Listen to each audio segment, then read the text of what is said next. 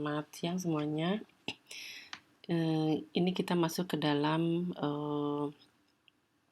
materi Designing and Managing Integrated Marketing Communication. Oke.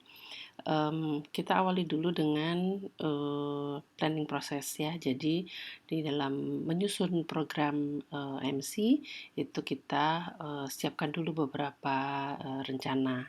Oke, dimulai dari communication research seperti umumnya program manajemen program humas itu kita mungkin telah pelajari di mata kuliah lain.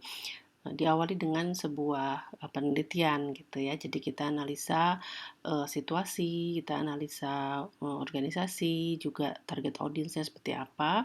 Ini yang kita lakukan dulu ya supaya bisa menentukan tujuan program AMC secara tepat sesuai dengan kebutuhan begitu. Oke.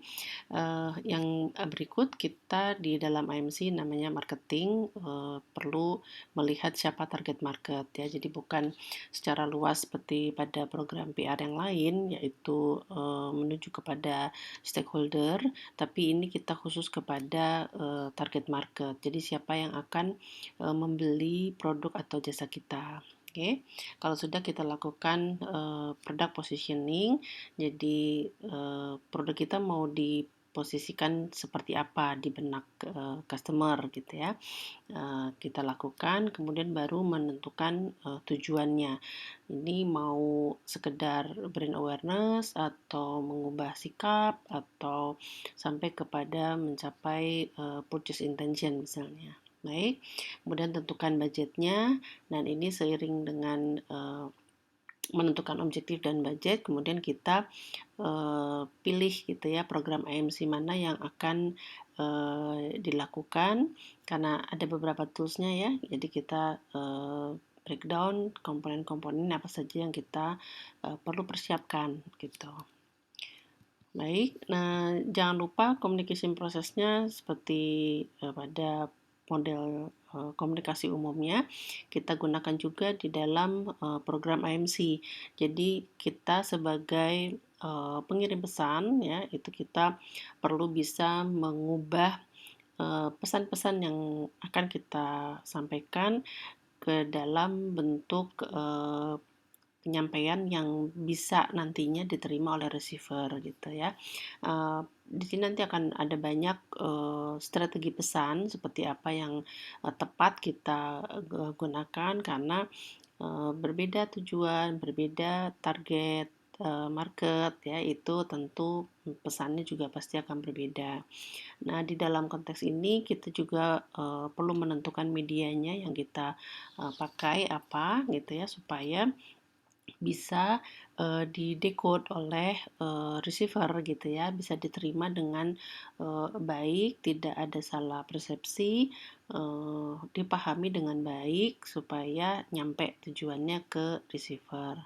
Nah, diharapkan dengan penyampaian message yang tepat, receiver bisa memberi respon mengerti atau paham gitu ya, sampai akhirnya mereka memberi feedbacknya bisa, kalau di digital sekarang di media sosial kita bisa lihat seperti orang memberi komentar gitu ya, bertanya atau bahkan menyampaikan pendapat gitu. Jangan lupa di antara rangkaian communication proses ini ada noise yang perlu kita antisipasi supaya tidak mengganggu proses penyampaian pesan kita ya. Noise-nya apa sesuai medianya gitu ya, sesuai medianya nanti kita bisa breakdown lagi noise apa yang perlu diantisipasi. Baik, kemudian sebelum kita masuk ya ke dalam rangkaian designing dan managing AMC ini, kita lihat apa yang disebut response hierarchy model. Jadi ada beberapa model yang bisa dirangkum di sini. Kita lihat dari tahapannya, ada tahapan kognitif, afektif, dan behavior. Sorry. Jadi kalau di dalam tahapan kognitif itu membuat orang menjadi tahu ya. Semula mereka tidak tahu, kemudian setelah mendapat message kita itu mereka menjadi tahu. Di stage afektif mereka tidak suka, tidak setuju, tidak sependapat, kemudian berubah menjadi sikap-sikap positif ya. Sedangkan di state behavior itu adanya perubahan perilaku atau paling tidak ada intention ya. Baik, di tiap stage ini ada beberapa model yang kita bisa lihat atau kita lihat satu persatu ya. Di sini yang paling umum mungkin sering dengar ada model AIDA. Jadi kita tentu di awal perlu mencapai atau mengupayakan adanya attention ya. Kalau target market sudah bisa memberi perhatian, mereka kemudian interest ya, berminat, kemudian ada desire, ada hasrat untuk membeli, melakukan action gitu ya. Jadi di sini di tahap kognitif tentu attention dulu, bagaimana mereka memberi perhatian gitu, kemudian membaca atau menyimak pesan yang kita sampaikan, diupayakan mereka menjadi tertarik gitu ya. Tertarik ini mereka suka, mereka berminat begitu sampai kepada action. Ada pula yang disebut hierarchy of effect model, ini serupa. Jadi awareness itu dibedakan dengan knowledge. Jadi kalau awareness itu mereka baru oh tahu ya ada brand ini gitu, tapi belum memahami secara baik. Nah, setelah awareness mereka ada yang disebut dengan tahap knowledge. Jadi mereka memahami produk kita itu seperti apa, spesifikasinya, fitur-fitur produk kita, yaitu diberikan dengan tentu message-nya diberikan dengan detail agar uh, target market tidak sekedar aware tapi juga memahami dengan baik. Nah, dengan pemahaman yang baik tentu diharapkan adanya kesukaan ya, liking, kemudian ada kecenderungan, ada preference dari sekian banyak produk serupa dibanding pesaing, mereka sudah memberikan preferensi tertentu kepada produk kita ya. Kemudian kita yakinkan conviction supaya akhirnya terjadilah purchase ya. Baik, ini semua di dalam 3 stage ini ya, kognitif, affective, behavior. Kemudian innovation adoption model ini serupa ya, jadi ada awareness dulu, kemudian ada interest, tapi di sini ada yang disebut dengan evaluation. Jadi orang kalau sudah tahu kemudian berminat, mereka melakukan evaluasi. Ini sebenarnya cocok nggak sih gitu ya dengan kebutuhan saya? Ini budgetnya harganya masuk nggak sih gitu ya dengan keuangan saya misalnya. Jadi dievaluasi sesuai dengan berbagai kriteria yang ada di dalam tiap-tiap masing-masing target market itu. Kemudian kalau mereka akhirnya lakukan positive evaluation, ada tahap yang disebut trial. Jadi tidak langsung membeli secara jumlah besar misalnya atau membeli dengan repurchase repeat gitu ya, repeat order, tapi mereka lakukan apa yang disebut trial. Jadi coba dulu gitu ya. Nah, setelah trial ini mereka baru bisa mengadopsi dengan utuh gitu ya, dengan baik. Jadi kadang kan kita coba dulu nih program ini atau uh, mobil pun gitu ya, ada test drive, ada apa namanya, dicoba lah gitu ya, trial. Jadi belum sampai kepada purchase yang sesungguhnya gitu. Baik, ini innovation adoption, kemudian yang terakhir communication model ini ditekankan di tahap awal itu sebelum orang punya attention atau awareness yang baik. Ini ditekankan harus adanya exposure ya. Jadi bagaimana mereka bisa tertarik dan bisa aware gitu. Jadi exposure dulu yang harus benar gitu ya. Baru akhirnya ada reception, penerimaan, sekedar menerima gitu ya, diterpa oleh sebuah message, lalu ada cognitive response. Di sini ditekankan di sini maksudnya belum tentu orang yang punya atau terterpa gitu ya sebuah message exposure kemudian menerimanya, belum tentu mereka memberi respons kognitif, maksudnya memahami atau mengerti dengan baik. Jadi misalnya kita lihat commercial break gitu di TV atau lihat billboard di perapatan jalan mana gitu ya, kita terekspos, kemudian kita menerima dalam arti menangkap, melihat, mendengar gitu ya, tapi mungkin kita tidak paham. Jadi cognitive response ini dianggap penting di dalam model ini. Kita sebagai pengirim pesan harus memastikan bahwa pesan yang kita sampaikan kepada target market kita itu bisa direspon secara positif gitu ya, kognitifnya positif. Jadi dipahami dengan baik begitu. Baru nanti ada attitude di sini sikap. Jadi sikap suka, sikap menerima secara positif gitu ya, tertarik gitu. Ini yang disebut attitude, sikap. Baru ada intention ya. Intention itu kecenderungan. Kemudian behavior. Jadi di sini dibedakan, sering kita lihat di dalam beberapa penelitian tidak sampai kepada behavior, tapi purchase intention saja dianggap sudah cukup, karena ini ada teori lain lagi gitu ya, yang mengatakan bahwa kalau sudah intention itu bisa dipastikan mereka ada perilaku gitu ya. Tapi itu lain teori lah.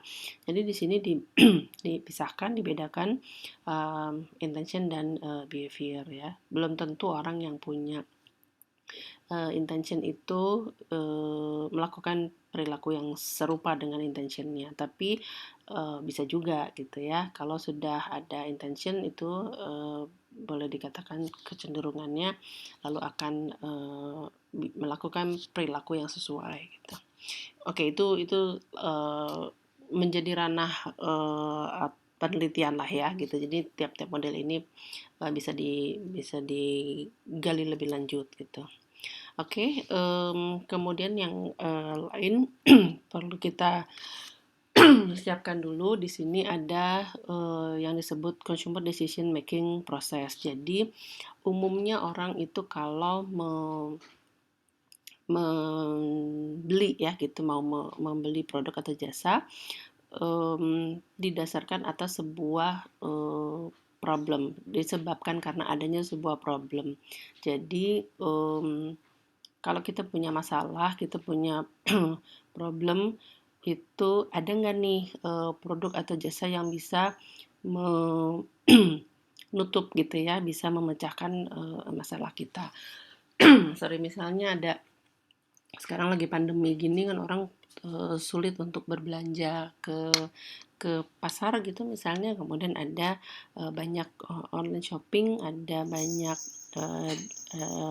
toko online gitu ya yang bisa memberi solusi terhadap problem yang ada di masyarakat. Ini akan sangat sangat kuat gitu, sangat bagus brandingnya kalau dilakukan di tahap ini secara baik gitu. Jadi kita bisa sampaikan kepada kepada target market kita bahwa ini loh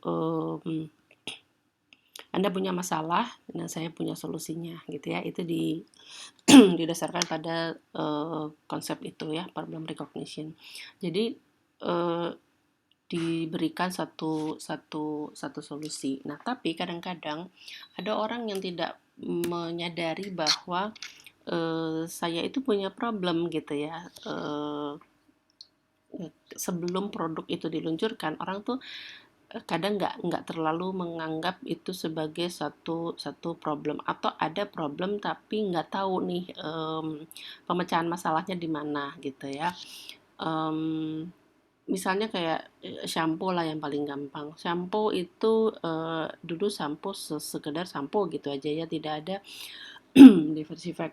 diversifikasi atau pembeda gitu ya.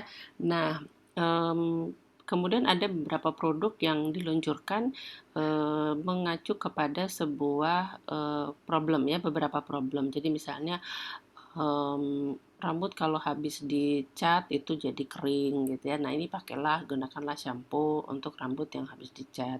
Atau ya sampai yang pada basic banget itu rambut berketombe gitu ya. Mungkin zaman dulu banget itu nggak ada shampoo yang khusus untuk rambut berketombe. Atau shampoo pria "Saya kenapa ya kalau pakai sampo biasa ini, nggak cocok," gitu. Karena mungkin dikatakan pria lebih berminyak gitu rambutnya misalnya gitu ya. Nah ini khusus, sampo untuk, rambut pria. Nah itu sebelum produk itu diluncurkan, orang nggak sadar, nggak mengenali bahwa, "Iya ya sebenarnya problem ya," gitu ya. Begitu kita, luncurkan itu orang jadi, eee, mengenal gitu ya, jadi mengakui gitu bahwa iya ya ternyata ada problem di situ gitu. Jadi kita bisa, menjadi apa yang disebut, eee, pencetus gitu ya untuk, sebuah produk gitu. Jadi, kita yang kita yang menawarkan gitu. Itu, akan sangat kuat gitu ya, sama seperti Gojek waktu baru luncur itu kan didasarkan atas, adanya problem bahwa, kendaraan atau transportasi massal sulit gitu ya, bagaimana caranya yang mudah bla bla bla itu sampai akhirnya, keluarlah, jasa online, transportasi online gitu ya. Baik, ini, menjadi penguat gitu ya. Baik, nah kalau sudah, mengenali, problem, orang itu akan mencari dong gitu ya, information search, jadi mereka cari-cari ini di mana nih gitu ya, solusi yang bisa bisa dia dapat gitu. Begitu kita bisa masuk ke dalam, message dan media yang cocok yang dicari oleh, tiap orang itu, bisa efektif gitu ya. Baik, kemudian proses, selanjutnya di dalam decision making, orang itu melakukan evaluasi. Karena kan mungkin tidak hanya kita yang menawarkan produk itu ya, jadi yang pasang iklan bukan hanya kita, yang buat, publicity bukan kita saja gitu ya, yang kasih sales promo apalagi semuanya buat buat sales promo gitu. Jadi, eee, target market itu pasti melakukan, evaluasi terhadap beberapa alternatif, produk gitu ya, beberapa alternatif brand gitu. Oke, kemudian, dari sini langsung dibuat, keputusan purchase, decision mau beli brand ini atau produk itu gitu ya. Dan kalau misalnya bagus mereka mengalami, experience yang memuaskan, diharapkan mereka akan melakukan, post purchase gitu ya.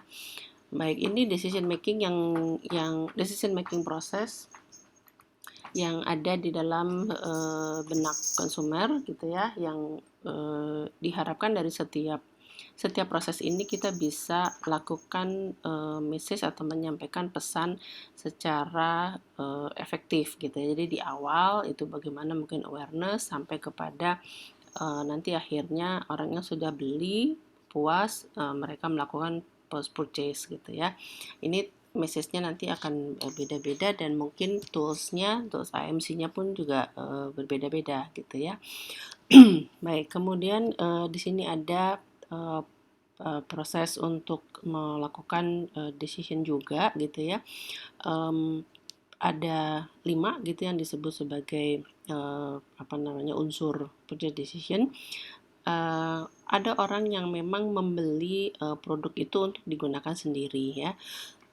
Tapi ada juga yang, dia yang make ya, dia yang, menggunakan tapi yang beli mungkin orang tuanya ya. Jadi buyer-nya itu si ibunya atau ayahnya gitu ya. Kemudian ada influencer ini, pihak-pihak yang bisa mempengaruhi gitu ya, seperti, mungkin, eee, neneknya gitu ya atau teman sebayanya, tempat mainan atau, eee eee, orang-orang dekat di sekitarnya gitu ya. Jadi yang bisa mempengaruhi ini influencer, kemudian, decider ini yang mengambil keputusan. Kadang-kadang bisa saja yang make si anaknya, yang beli ini ibunya, yang mempengaruhi temannya gitu ya, yang decider nih ayahnya gitu. Dan yang kasih duit misalnya bukan hanya kasih duit, yang memutuskan boleh atau tidak boleh si anak ini membeli, satu produk gitu misalnya ya. Kemudian ada gatekeepers ini yang bisa juga menyaring lagi gitu, kadang-kadang ada orang yang, "Oh nggak begini," gitu ya, yang bisa memberi saran lebih lebih kritis gitu, yes or no untuk untuk melakukan sebuah purchase decision gitu ya. Nah ini mungkin kita nggak perlu terlalu rumit, tapi maksudnya produk kita itu bisakah diputuskan sendiri oleh users ya? Kalau tidak, berarti kita bisa menyampaikan message kita itu kepada pihak-pihak yang menjadi decider, atau sekarang banyak influencer dalam apa istilahnya KOL ya, Key Opinion Leader, kemudian apa tuh endorser gitu ya, endorser itu yang suka kita bisa melalui mereka gitu ya, kemudian akhirnya si user ini tadi akhirnya membeli gitu ya.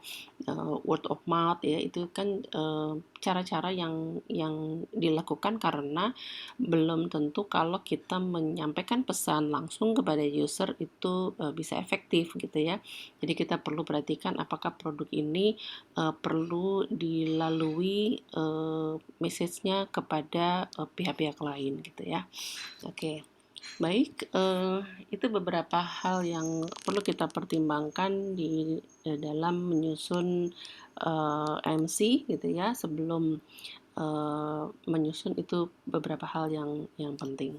Nah, di dalam developing efektif IMC ini ada 8 tahap gitu ya, yang kita mulai dari mengidentifikasi target audience, determine objective, design communication, select channelnya, establish budget, decide media mixnya, kemudian tentu diukur, dan terakhir ya dilaksanakan, ya dilakukan gitu apa namanya MC-nya gitu, mau pilih yang mana, dilakukannya dengan baik. Jadi misalnya iklan gitu ya, iklan pun periklanan itu harus ada manajemen periklanannya sendiri gitu ya. Kita buat PR, kita buat sosial media, apapun itu ada manajemennya sendiri gitu ya. Jadi ini secara garis besar AMC-nya, tapi setelah sampai di level 7 ini, di stage 7, kita di stage 8 melakukan manajemen juga untuk tiap-tiap tools yang kita pilih gitu ya. Baik, kita mulai dari yang pertama. Di sini stage pertama ada identify target audience. Jadi di dalam marketing itu ada yang disebut STP ya, segmentation, targeting, positioning. Dari sekian banyak orang di Indonesia katakanlah, ini kita mau memilih segmentasi untuk siapa gitu ya, untuk apa namanya, kalangan mana, atau memang produk kita sendiri. Saya jual sepeda misalnya ya, sepeda balap, atau saya menjual apa misalnya motor gitu ya, itu tentu tidak semua orang menjadi sasaran program MC kita gitu ya. Jadi ini kita pilih-pilih dulu. Nah, sesuai produknya gitu ya. Nah, kalau sudah produk kita itu apa segmentasinya, kita lakukan targeting, dan terakhir nanti positioning ya. Ini menjadi satu rangkaian. Oke, yang paling mudah kita memilih target market itu dengan demografi ya. Jadi usia, gender, ada household income, education, occupation ya, ini biasanya yang paling basic. Jadi dari usia itu kita juga perlu pilih ya, kemudian yang lain-lain. Ada juga employment-nya ya, mereka full time atau part time ya, ke jumlah besarnya keluarga, ada di kota besar atau di desa gitu ya. Ini beberapa basic descriptor yang kita bisa pilih. Yang lebih detail ini ada kriterianya berdasarkan misalnya motivasi ya, mereka ini kebutuhannya seperti apa, kemudian lifestyle-nya gitu ya, ada sering juga disebut sebagai psikografi ya, bukan demografi. Oke, kemudian ada individual values-nya, mereka itu senang seperti apa ya, orang yang senang kebersamaan, orang yang justru mungkin senang menyendiri ya, loners, atau socialite atau apa gitu ya. Kemudian cohort ini kita sering gunakan juga ya, apakah sekarang sih ya Gen X, Gen Y gitu ya. Kemudian teknografi, mereka ini orientasinya kemana gitu ya, apakah yang early adopter, mereka tuh senang mencoba, ikut-ikut saja, atau laggard. Laggard itu orang yang nggak suka berubah gitu. Jadi dari dulu pakai merek ini ya sudah pakai merek itu terus gitu ya.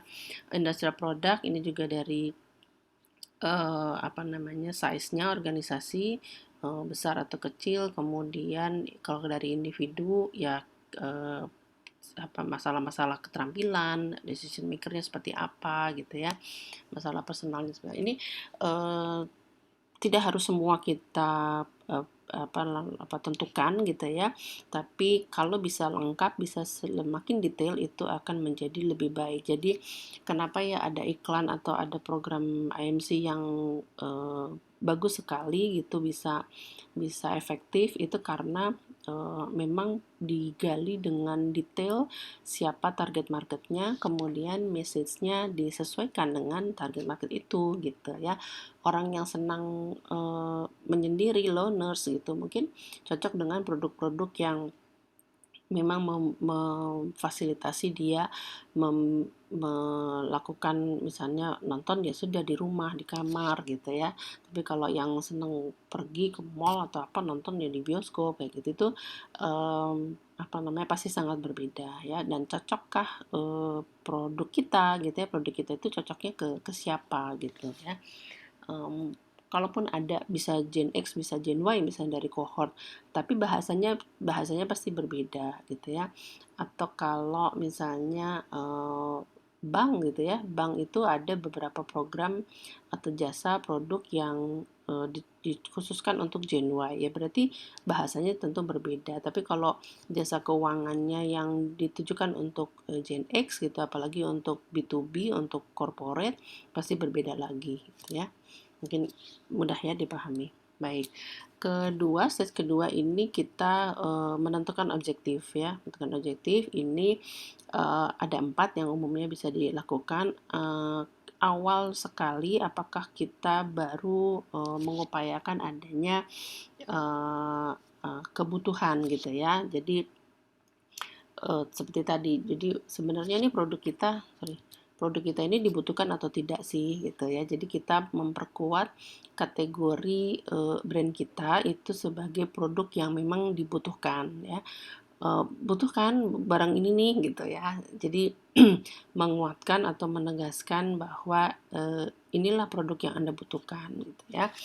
Tentu yang memuaskan juga, mungkin sudah ada beberapa produk terdahulu atau pesaing yang oke, saya butuh produk ini, tapi yang ada tuh, nyebelin gitu, yang ada tuh nggak memuaskan, banyak banyak kecewanya gitu misalnya. Jadi, eee, ini kita punya produk tapi memuaskan loh gitu ya. Misalnya yang di tahap kebutuhan ini,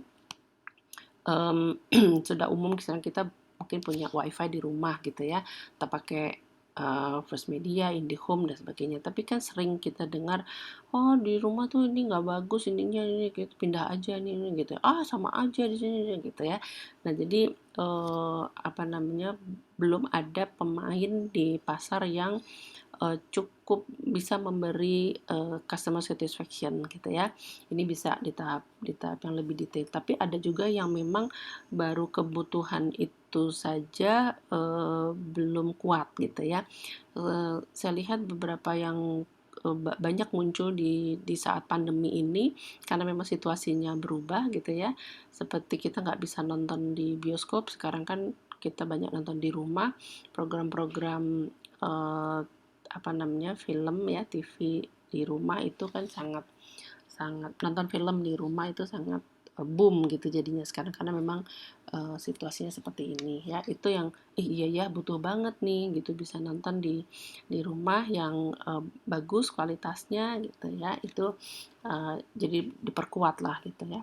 Oke, kemudian, tujuan kedua kita bisa membangun, brand awareness-nya. Jadi dari sekian banyak produk yang ada, ini loh, brand saya ini beda gitu ya. Oke nonton film tapi filmnya yang bagaimana gitu, yang begini gitu. Jadi, apa namanya, kesadaran target market, kesadaran masyarakat terhadap brand kita tentu harus harus ada pembeda ya, mungkin di sesi sebelumnya saya sampaikan, branding itu harus, kuat, harus bisa menavigasi, customer gitu ya, bahwa ini loh, yang cocok untuk mereka ya, dibanding dibanding pesaing. Ketiga, kita bisa punya tujuan, membangun, brand attitude ya. Jadi ini membantu, konsumen mengevaluasi atau membuat penilaian gitu ya terhadap sebuah brand, tentu sesuai dengan kebutuhannya ya. Ada, yang disebut relevan, brand gitu, jadi, negatif atau positif ya. Negatively oriented itu kalau memang ini loh, brand ini bisa memecahkan masalah gitu ya, problemmu udah selesai nih dengan produk, kami gitu misalnya ya. Kemudian ada, problem avoidance gitu ya, jadi, removal avoidance serupa lah ya. Jadi problemnya udah bisa, tertutup gitu ya, udah bisa disembunyikan, udah bisa dihindari ya, dihindari itu problemnya udah bisa terselesaikan lah gitu. Oke, atau yang tadi incomplete, satisfaction gitu ya. Jadi, kemarin ini ada produk-produk yang lain tapi nggak memuaskan gitu ya. Jadi sekarang oke ada yang, memuaskan ini loh gitu, dijamin atau apa gitu ya. Baik, ini karena memang, negatively oriented. Kemudian positively oriented itu, produk-produk yang diarahkan bahwa ini loh bisa memberi, kepuasan terhadap, sensori itu panca indera gitu ya. Misalnya makanan, makanan itu kan orang beli bukan karena problem removal gitu ya, ya iya sih supaya nggak lapar, tapi umumnya bukan karena basic, needs itu gitu ya. Jadi, yang enak tuh seperti apa gitu ya, yang, apa namanya, kalau apa sih yang jadi panca indera ya, ya bisa rasa, bisa sesuatu yang dilihat indah gitu ya, didengar, mmm, apa namanya, panca indera itulah gitu ya, sensory gratification. Kemudian intellectual stimulation, produk-produk yang, secara positif, sekali lagi bukan karena mengatasi suatu problem, tapi memang bisa memenuhi kebutuhan, intelektual gitu ya. Jadi, kebutuhan untuk mendapat knowledge, ada berita misalnya gitu ya, ada pengetahuan yang baru gitu. Jadi, orang butuh gitu ya. Dan social approval ya supaya bisa apa namanya, bisa diakui di lingkungan sosial mereka gitu ya. Ini, banyak kebutuhan-kebutuhan yang secara positively oriented ya. Nah ini yang disebut brand attitude, jadi kita bukan sekedar awareness ada produk ini sesuai kebutuhan Anda gitu ya, tapi, kita lebih detail lagi di dalam message kita, terutama menyampaikan dari sisi, brand relevan ini ya. Oke, nah yang keempat, tujuan kita bisa mempengaruhi atau menggiring, konsumen ya untuk tentu akhirnya membeli ya, purchase intention atau memang sampai ke behavior tadi gitu. Nah ini biasanya di paling paling ujung itu ya sales promo gitu. Jadi tapi tentu tidak semua produk ya, tapi umumnya, untuk akhirnya take action gitu, itu orang melakukannya dengan, beli sekarang nih besok naik atau kayak gitu ya. Jadi ada call to action istilahnya ya. Oke, baik itu, tahap kedua. Ketiga, kita desain, communication-nya. Jadi ini ada dua hal yang perlu kita perhatikan di sini, ada message strategi pesannya itu seperti apa gitu ya. Dan nanti kita detail ya mungkin di sesi minggu depan. Kemudian ada creative strateginya. Ini ada dibagi lagi menjadi dua yang disebut informational appeals dan transformational ya. Kalau di informational appeals itu, banyak mengelaborasi atau mengangkat, atribut ya, atribut atau, keunggulan dari sebuah produk. Nah ini biasanya secara rasional, dipertimbangkan oleh konsumen, "Oh iya ya ini bagus fiturnya," gitu ya, apa namanya, detail dari produk itu memberi memberi manfaat atau tidak sih kepada, konsumen gitu ya. Di sini berdasarkan logik dan reason rule gitu. Jadi ya sudah, memang seperti ini bagus gitu ya. Jadi, make sense gitu. Nah yang kedua kita bisa gunakan, creative strategi dalam bentuk, atau yang disebut transformational appeals. Jadi ini pendekatan yang mengelaborasi ya, kita menyampaikan atau apa sih, mengelaborate gitu ya, mengangkat yang non product related benefit gitu. Jadi tidak terkait langsung dengan keunggulan atau kelebihan dari produk kita, bahkan image-nya juga nggak ke sana gitu ya, tapi lebih kepada sisi emotion. Jadi kita nggak tahu ya, di mata kuliah komunikasi persuasi mungkin udah banyak dijelaskan. Jadi pakai emotional appeals ya, bisa dengan love, bisa dengan humor gitu ya, bisa dengan happiness gitu ya, yang itu bisa memotivasi purchase gitu. Jadi ini secara boleh dibilang secara otak kiri gitu ya, sini secara otak kanan gitu, yang logik atau yang secara apa namanya, emotion gitu. Baik, kemudian nanti ini detail kita bahas ya tentang message strategy. Keempat itu ada select channels-nya. Jadi kalau sudah kita siapkan message-nya, ini mau disampaikan pakai channel apa nih gitu ya, pakai media apa. Bisa ada 3, personal, non personal, dan integration. Yang personal tentu dilakukan secara face to face, kita bisa one on one gitu, mengirimkan satu pesan kepada orang-orang tertentu gitu ya.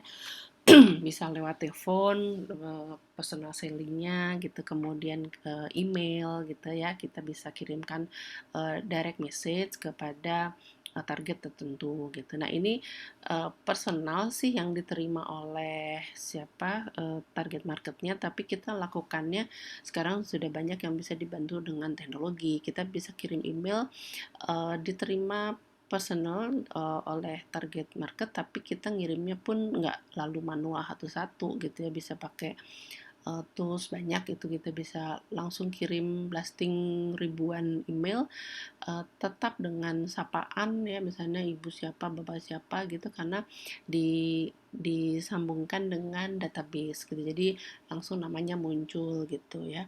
Baik itu personal bisa dilakukan dengan tools seperti direct marketing ya, personal selling, atau bahkan word of mouth gitu.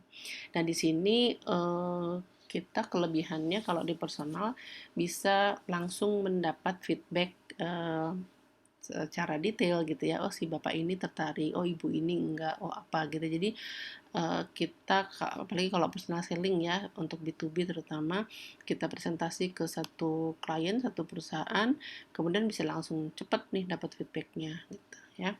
Nah di sisi lain ada channel yang non personal ya, atau mass, itu lebih kepada lebih dari satu orang ya, digunakan dengan media massa. Pasti itu kita buat iklan di commercial break, di TV, di radio gitu ya, di media-media digital, kita lakukan sales promo, blasting diskon misalnya ya, kita buat event di mall, di tempat-tempat apa namanya, kerumunan ya, PR itu juga ini tools-tools IMC yang bisa dilakukan secara mass gitu ya.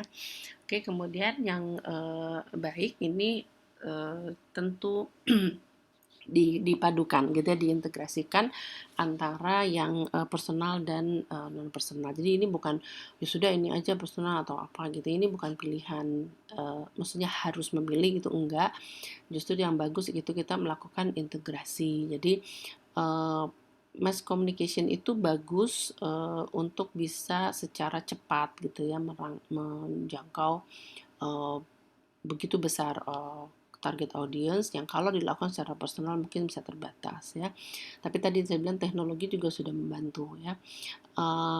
Ini bagaimana kita lakukan dengan two step proses. Jadi kita bisa lakukan dulu pertama dengan non personal, kita pasang iklan dulu ya, kita buat event di mana gitu. Nanti setelah itu kan kita dapat lead gitu ya, disebutnya lead atau prospek. Nah, misalnya kita buat event nih, pameran di mall apa gitu ya, kita buat eventnya kemudian kita berupaya mendapatkan leads gitu ya, itu jadi prospek. Misalnya orang tulis buku tamu, kita minta kartu nama gitu ya. Nah, setelah itu kita bisa lakukan personal selling. Saya datang ya ke kantor ibu, berikan presentasi bla bla bla, atau kita kirim email lebih detail sesuai dengan minat dia ke produk yang mana misalnya ya. Jadi dilakukan dengan two step proses ya. Oke, kemudian yang stage kelima kita bangun budget ya, kita tentukan budget. Ada beberapa metode yang bisa dilakukan. Yang pertama metode sesuai kemampuan. Jadi ini ya udah pokoknya saya punyanya duit berapa gitu ya, bukan nanti kalau saya mau dapat gini harus bagaimana, harus seberapa budgetnya, enggak. Tapi justru saya punyanya duit berapa, ya udah berarti saya bisanya mencapai apa gitu ya. Jadi kalau saya mau punya duit cuma segini, ya nggak bisa nih buat event yang gede-gedean. Ya udah, duitnya adanya berapa ya sudah. Saya mau pasang iklan, tapi duitnya cuma segini. Ya udah berarti kan pasang iklannya cuma berapa kali misalnya, atau di media-media tertentu gitu ya, sesuai budget. Jadi justru budgetnya dulu ya, maksudnya kemampuannya dulu seberapa, baru programnya disusun gitu ya. Nah ini memang jadi nggak jadi nggak menentu, mungkin di tiap-tiap bulan di beberapa bulan itu berbeda gitu ya. Bulan ini lagi banyak duit nih, ya udah yuk kita buat AMC gitu. Nanti bulan depan sepi nggak ada duit, ya udah direm dulu marketing communication-nya gitu ya. Jadi sulit untuk menyusun anggaran jangka panjang atau program jangka panjang ya. Jadi karena memang anggarannya kan atau budgetnya nggak tentu gitu, tergantung adanya duit gitu ya. Oke, kemudian metode presentasi penjualan ini sudah ditentukan, misalnya penjualannya berapa, kita ambil sekian persen gitu ya. Ini serupa dengan ini tapi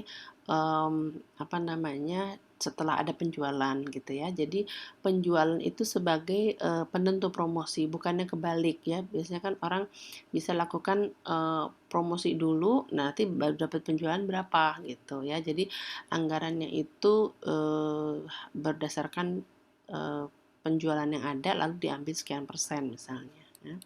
Oke, ketiga metode keseimbangan persaingan ini kita lihat-lihat nih, sebetulnya punya duit sih banyak, tapi kalau pesaing nggak terlalu banyak lakukan AMC, ya udah ngapain buang-buang gitu ya, ngapain heboh gitu. Jadi ya udah nggak usah gitu. Tapi kalau ini si pesaing kita kok lagi banyak promo, lagi banyak AMC di sana sini gitu ya, kita harus juga imbangi gitu ya, supaya nggak tenggelam gitu. Nah ini banyak dilakukan untuk iklan di digital ya. Jadi kalau kita tahu ada Google Ads itu yang kita pasang iklan di search engine-nya Google, itu kan ada muncul iklan gitu ya di hasil pencarian. Itu sistemnya bidding, jadi dengan lelang gitu ya. Jadi yang paling banyak, yang paling tinggi budgetnya itu akan muncul di atas gitu. Jadi kalau pesaing kita itu pasang budgetnya sedikit, ya udah kita juga nggak perlu terlalu mahal gitu ya. Saya mau dapat di urutan nomor 2 atau mau urutan nomor 1 gitu. Jadi nggak apa-apa sih nomor 2 aja juga tetap terlihat kok misalnya. Jadi nggak perlu terlalu besar juga gitu, karena pesaing kita mungkin juga tidak terlalu pasang budget tinggi di Google Ads gitu ya. Mungkin itu teknis tapi nanti bisa kita coba gitu ya kalau mau. Jadi itu sesuai dengan persaingan ya. Kemudian yang baik di sini ada metode tujuan dan tugas. Jadi memang kita tentukan dulu tujuannya. Mau apa nih gitu ya. Mau launching harus didapatkan crowd yang banyak di event misalnya gitu. Nah, supaya mendapatkan sekian target ya, supaya targetnya tercapai, itu harus bagaimana programnya. Nah, kalau sudah ditentukan programnya berarti budgetnya sesuai dong gitu ya. Jadi yang didefinisikan duluan itu tujuannya, kemudian programnya apa, baru budgetnya ngikut gitu ya. Jadi kalau enggak ya enggak tercapai nih tujuannya gitu. Nah, kalau yang tadi kan budgetnya dulu baru ya udah, kalau budgetnya segini berarti hanya bisa mencapai apa gitu. ya. Oke, nah yang baik di sini bukan yang baik, ada beberapa yang juga perlu diperhatikan di dalam budget ini ya. Mmm, Kita perlu lihat sebenarnya seberapa besar sih peran peran markom gitu ya dibanding unsur-unsur lain gitu. Saya selalu bilang susah kalau kita buat markom sampai sedetail apa, sebagus apa budgetnya ini, tapi sebenarnya produknya sendiri kurang bagus gitu ya. Jadi, jangan meluangkan budget terlalu banyak kalau, produknya sendiri tidak di-improve dengan baik gitu. Jadi nanti sayang gitu, jadi useless gitu. Jadi produk improvement-nya dulu harus bagus gitu ya. Kemudian harga juga, harus pas, bukan yang murah itu pasti jadi laku gitu ya, harus sesuai dengan target gitu ya. Better service juga, kita sudah buat pasang iklan bagus bagus bagus, tapi ternyata layanannya kurang ya. Jadi percuma gitu, uang dikeluarkan, orang beli sekali tapi habis itu nggak beli lagi, atau bahkan negatif word of mouth, kan sayang gitu ya, budget yang sudah dikeluarkan itu jadi percuma karena ada unsur-unsur lain yang seharusnya secara sistem bisa bersama-sama mendukung ya. Banyak faktornya, seperti misalnya produk life cycle. Ini produknya sudah sunset nih gitu ya, sudah kayaknya udah kuno gitu ya, nggak bisa gitu, jadi harus di-push dulu gitu ya.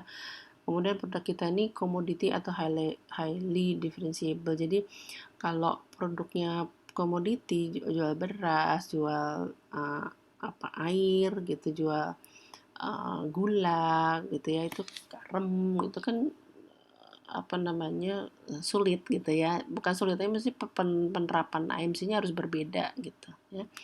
Itu juga. Jadi bukan sekedar budget yang mempengaruhi ya. Apakah orang tuh membelinya karena kebutuhan rutin gitu ya, atau memang dengan pertimbangan yang tinggi, high involvement gitu ya. Kemudian channel supportnya juga kita jual banyak gitu, tapi ternyata tidak ada manajemen distribusi yang baik, logistik, supply chain-nya nggak baik, itu juga percuma ya. Atau iklannya udah banyak di mana-mana tapi konsumennya sudah dibajetin gitu ya, tapi konsumennya sulit dijangkau di pelosok misalnya gitu ya, jadi nggak nyampe juga akhirnya ya. Atau complex decision making, jadi ini kenapa ya customer kita kok susah banget kalau mau ini nih ya, karena proses decision making yang tadi tuh di depan itu ternyata agak rumit gitu. Jadi maksudnya banyak ya, banyak sekali hal-hal yang perlu kita pertimbangkan gitu di meetingkan gitu ya, di rapat, didiskusikan bersama dengan seluruh unsur di perusahaan, supaya budgetnya yang kita pasang, yang kita alokasikan itu tepat dan tidak useless ya. Oke, kemudian stage ke-6 ini kita putuskan mau pakai media yang mana. Yang saya gunakan dari Kotler ini ada 8 ya: advertising, sales promo, event, PR, online social media, mobile, database atau direct, sama personal selling. Oke.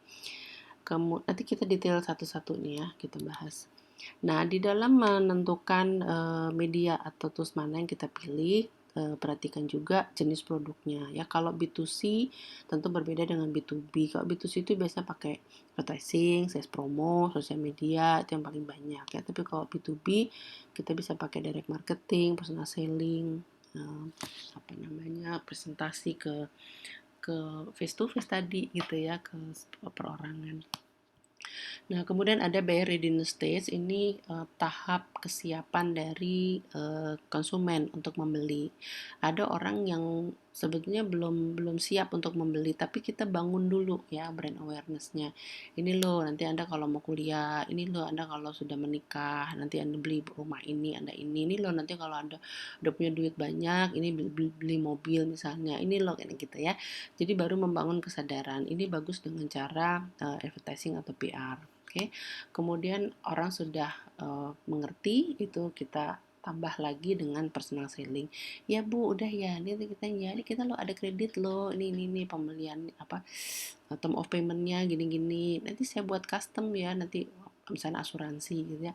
Nanti saya buatkan dia program asuransi yang cocok dengan kakak gitu ya, atau apa gitu. Oke, kemudian ada tahap keyakinan, mereka sudah mulai tertarik tadi ya, dikuatkan lagi dengan personal selling.